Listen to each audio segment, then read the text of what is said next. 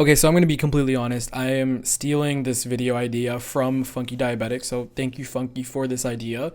But I literally just finished watching his video on if the Nets can still win a ring without Kyrie.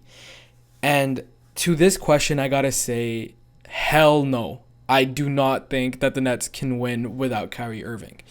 And this is not me playing down or sort of downplaying the Nets' talent and also depth, because not only do the Nets have the best big three without a doubt in the NBA right now, they also have a fantastic bench. LaMarcus Aldridge is back now, and I think low key he is better than Blake Griffin. And Blake Griffin is still solid as a contributor off the bench. Don't get me wrong, he's not going to be jumping over cars anymore, but he is still a serviceable NBA player with a solid defensive role as well. I think he tried his best on Giannis, but he definitely was not bad. I think he tried. And that's honestly all you can ask for in a defender trying to stop Giannis, but he is still solid. I think Bruce Brown is a really underrated player. I think now, since everyone calls him underrated, he's properly rated, but he is still a great piece. And they possibly have one of the best like catch and shoot shooters and shooters overall in the league in Joe Harris. I know he stunk it up a little bit last year in the playoffs, but I still think that he's very serviceable, and I think he just pushes the team over the edge in terms of spacing, because when they have him on the floor with KD, Harden, and Kyrie, like there's nothing that you can do. You can't double anyone because you're always leaving a fantastic top 10 maybe shooter in the league open. So, yes, I acknowledge all of those facts that the Nets are absolutely stacked and they're crazy and they might run through the league and all that stuff. But I still think that they do not win without Kyrie Irving. And I think, yes, Kyrie is a fantastic talent, but more so than talent, I think that the team cohesion and the team like vibes in general in the locker room and just how the team fits is going to be impacted with Kyrie's whole drama, right? And we've seen drama follow Kyrie in every locker room that he's been in, and this is also why I think that he might be one of the biggest misused talents in league history, and which feels weird to say, right? Because he hit a game-winning shot in 2016 to win him a chip, and then he also is probably the best.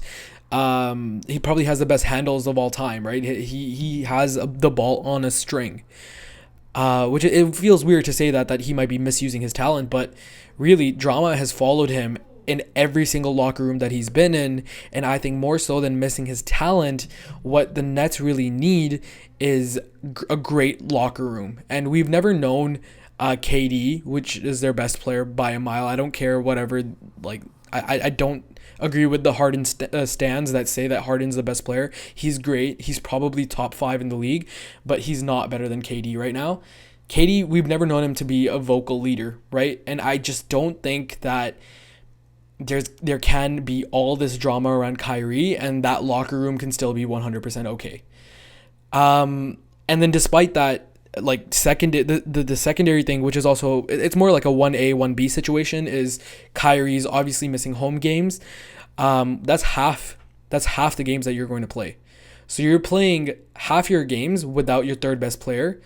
And I just think that it's going to be hard for the team to adjust with Kyrie and then without Kyrie, and then especially for long road trips, being with them and then sort of meshing well and getting into that rhythm, and then you come back home and then you don't have that anymore. And I still think that there's a lot of decisions that needs to be made around the league in terms of like vaccination protocol. Because if I am the Sixers GM right now, and I am the Celtics GM, and I am Miami the Miami GM right now, I'm trying my absolute best to make vaccines mandatory, not only for my home players but for away players as well. Because if you can have that advantage and literally ensure that Kyrie doesn't play against you, why wouldn't you do that as a team? And I think that's like an underrated thing that people are not looking at is what if teams just straight up say that, hey, if you are not vaccinated, it doesn't matter if you play for our team or against our team, you're just not allowed in the arena. And there's nothing that the other team can do about that. So I think there's a lot of things that people aren't considering about this whole Kyrie Irving situation. And I honestly think him playing is like the least of my concerns right now with the Nets. I think they are going to be a drama-filled team. I just don't know if they will win a chip. I saw a post on Reddit the other day where it was like, has there been a team with this much public drama, like outwards drama, that has ever won a ring? Because I know the 98 Bulls had a lot of drama in the background, but they won a ring, and a lot of the stuff that happened during that season came out afterwards.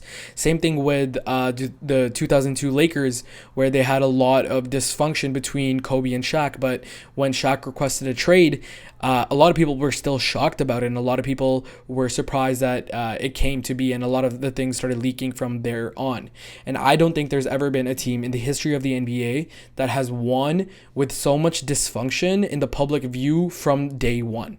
So I know everyone right now, KD, Harden, whatever, they've been backing up Kyrie in all of their interviews and stuff. I don't believe it. I'll believe it when I see it. When I see the Nets succeeding and still wiping the floor with the rest of the teams in the league, which is still a possibility. I'm not ruling out that fact, but until I see it, I won't believe it. And I don't think the Nets have a shot to win the chip unless Kyrie does get vaccinated and he does play. So that's my take on the matter. Thank you, Funky, again for the video idea. Let me know in the comment section below on what you guys think about the Kyrie Irving situation. I'm always interested to see what your opinions are. And yeah, let's see how the situation develops.